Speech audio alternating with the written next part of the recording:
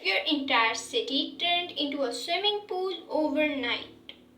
Floods don't knock, they just don't. Every year, floods destroy homes, tear families apart, and take lives. But we are not helpless. Trees absorb flood water, clean drainage systems save lives, and early warning systems totally game changer. Yet some leaders ignore flood zones, cut down trees, and blame the sky, while the poor lose everything again. Your voice and your actions matter. And no, swimming in floodwater doesn't make you a fish. Wear boots, not fins. Stay safe, not stylish.